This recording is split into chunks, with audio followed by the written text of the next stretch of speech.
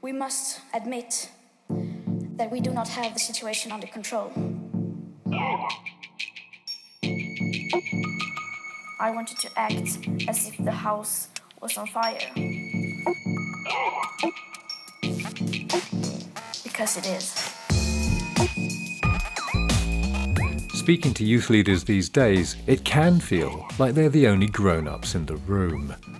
In the light of the latest IPCC report, it appears current leaders are struggling for a coherent and workable approach to the climate and health emergency, whereas youth are standing up and talking frankly about the challenges we face and the solutions we need. As a young generation, we feel very strong about the urgency, especially when I go to these UN conferences and meetings and I see a lot of talks with very little impact.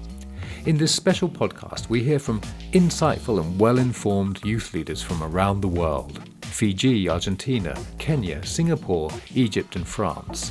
As a youth movement, we already realize what's going on. And the great crisis is not the climate crisis.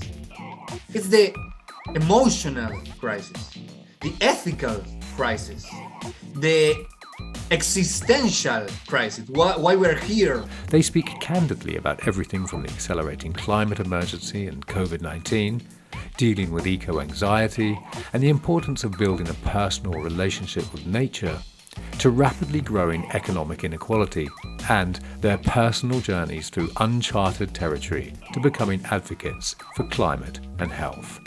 I mean, like for example, here in the Pacific, we contribute less than 0.03% of the global greenhouse gas emissions.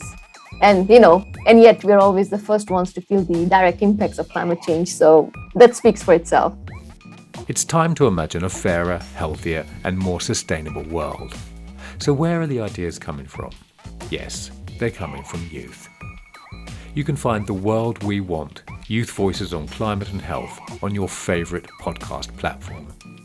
The first episode comes out just before COP26 in November, so get informed and get involved before it's too late. We must stop playing with words and numbers because we no longer have time.